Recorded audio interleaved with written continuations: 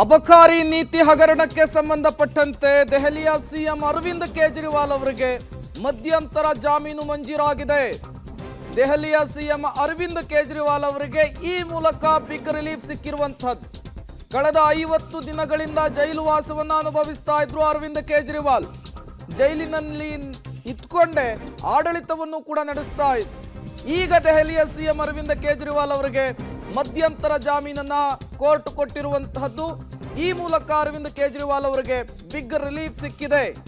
ಇದೇ ಅರವಿಂದ್ ಕೇಜ್ರಿವಾಲ್ ಅವರ ಬಂಧನ ರಾಜಕೀಯ ನಾಯಕರುಗಳ ಜಟಾಪಟಿಗೂ ಕೂಡ ವೇದಿಕೆಯಾಗಿತ್ತು. ಅಬಕಾರಿ ನೀತಿಯ ಹಗರಣದ ವಿಚಾರಕ್ಕೆ ಸಂಬಂಧಪಟ್ಟಂತೆ ಮನೀಶ್ ಸಿಸೋಡಿಯಾ ಸೇರಿ ಹಲವು ಜನರನ್ನ ಬಂಧನ ಮಾಡಲಾಗಿತ್ತು. ಜೂನ್ 1ರವರೆಗೂ ಕೂಡ ಕೇಜ್ರಿವಾಲ್ ಅವರಿಗೆ ಮಧ್ಯಂತರ ಜಾಮೀನು. ಈ ಮೂಲಕ ಬಿಗ್ ರಿಲೀಫ್ ಸಿಕ್ಕಿದೆ ಅರವಿಂದ್ ಕೇಜ್ರಿವಾಲ್ ಅವರಿಗೆ. ಅರವಿಂದ್ ಕೇಜ್ರಿವಾಲ್ ಅವರು ದೆಹಲಿಯ ಸಿಎಂ. ಅವರ ಬಂಧನ ಆಗಿತ್ತು 50 ದಿನಗಳ ಹಿಂದೆ. ಹಲವು ಬಾರಿ ಬೇಲ್ಗೆ ಅಪ್ಲೈ ಮಾಡಿದ್ರು ಕೂಡ ಕೋರ್ಟ್ ಅವಕಾಶವನ್ನ ಕೊಟ್ಟಿರಲಿಲ್ಲ.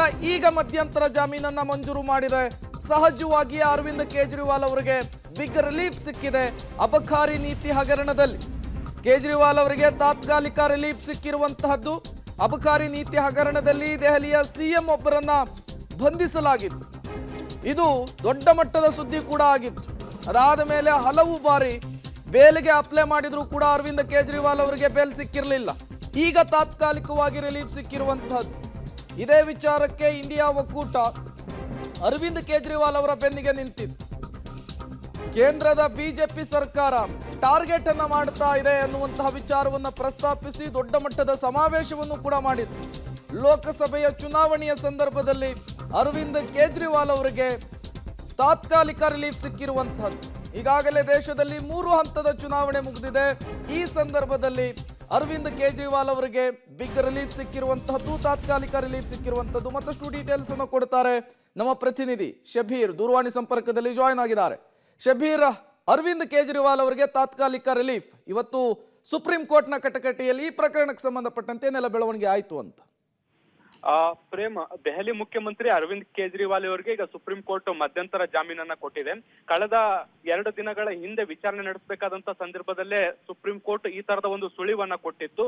ಜಾಮೀನು ಯಾಕೆ ಕೊಡಬಾರದು ಅನ್ನುವಂತ ನಿಟ್ಟಿನಲ್ಲಿ ಇಡಿಗೆ ಪ್ರಶ್ನೆಯನ್ನ ಮಾಡುವಂತ ಕೆಲಸವನ್ನ ಕೂಡ ನ್ಯಾಯಮೂರ್ತಿ ಸಂಜೀವ್ ಖನ್ನಾ ನೇತೃತ್ವದ ದ್ವಿಸದಸ್ಯ ಪೀಠ ಪ್ರಶ್ನೆಯನ್ನ ಮಾಡಿತ್ತು. ಇವತ್ತು ಅದಕ್ಕೆ ಸಂಬಂಧಪಟ್ಟಂತೆ ಇಡಿಯ ವಾದವನ್ನ ಆಲಿಸಿದ ಬಳಿಕ ಈಗ ಅಂತಿಮವಾಗಿ ಮಧ್ಯಂತರ ಆದೇಶವನ್ನ ಕೊಟ್ಟಿರುವಂತದ್ದು. ಜೂನ್ 1ರವರೆಗೆ ಅರವಿಂದ್ ಕೇಜ್ರಿವಾಲ್ ಅವರು ಚುನಾವಣಾ ಕಾರಣಗಳಿಗಾಗಿ ಏನು ಜಾಮೀನನ್ನ ಪಡೆಯಬಹುದು ಅನ್ನುವಂತ ನಿಟ್ಟಿನಲ್ಲಿ ಸೂಚನೆಯನ್ನ ಕೊಟ್ಟಿರುವಂತದ್ದು. ಮತ್ತೆ ಮಧ್ಯಂತರ ಜಾಮೀನನ್ನ ಮಂಜೂರು ಕೂಡ ಮಾಡಿರುವಂತದ್ದು. ಹೀಗಾಗಿ ಅರವಿಂದ್ ಕೇಜ್ರಿವಾಲ್ ಅವರು ಸುಮಾರು 50 ದಿನಗಳ ಬಳಿಕ ಜೈಲಿನಿಂದ ಹೊರಗಡೆ ಬರ್ತಾ ಇದ್ದಾರೆ. ಅವರು ಚುನಾವಣಾ ಕಾರ್ಯಗಳಲ್ಲಿ ಕೂಡ ಭಾಗಿಯಾಗ್ತಾರೆ.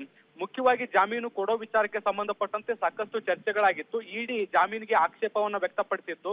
ರಾಜಕಾರಣಿ ಅನ್ನುವಂತ ಕಾರಣಕ್ಕೆ ಚುನಾವಣೆಗೆ ಪ್ರಚಾರಕ್ಕಾಗಿ ಅವರಿಗೆ ಜಾಮೀನು ನೀಡ್ತಾ ಬಂದ್ರೆ ಹೀಗೆ ಎಲ್ಲಾ ರಾಜಕಾರಣಿಗಳಿಗೂ ಕೂಡ ಇದೇ ಮಾನದಂಡದಲ್ಲಿ ಜಾಮೀನನ್ನ ಮಂಜೂರು ಮಾಡ್ಲಿಕ್ಕೆ ಸಾಧ್ಯ ಇಲ್ಲ. ಯಾಕಂದ್ರೆ ಒಂದಲ್ಲ ಒಂದು ಕಡೆಗೆ ಚುನಾವಣೆಗಳು ನಡೀತಾ ಇರ್ತವೆ. ಇದು ಸೂಕ್ತವಾದಂತ ಕಾರಣ ಅಲ್ಲ. ಮತ್ತೆ ಪ್ರಚಾರ ಅನ್ನುವಂಥದ್ದು ಮೂಲಭೂತ ಹಕ್ಕು ಅಲ್ವಾ ಅನ್ನುವಂತ ನಿಟ್ಟಿನಲ್ಲಿ ವಾದವನ್ನ ಮಂಡಿಸಿರುತ್ತೆ. ಮತ್ತೆ ಜಾಮೀನಿಗೆ ಆಕ್ಷೇಪವನ್ನ ವ್ಯಕ್ತಪಡಿಸಿರುತ್ತೆ. ಆದ್ರೆ ಸುಪ್ರೀಂ ಕೋರ್ಟ್ ಈ ಒಂದು ವಾದವನ್ನ ತಳ್ಳಿ ಹಾಕಿರುವಂತದ್ದು.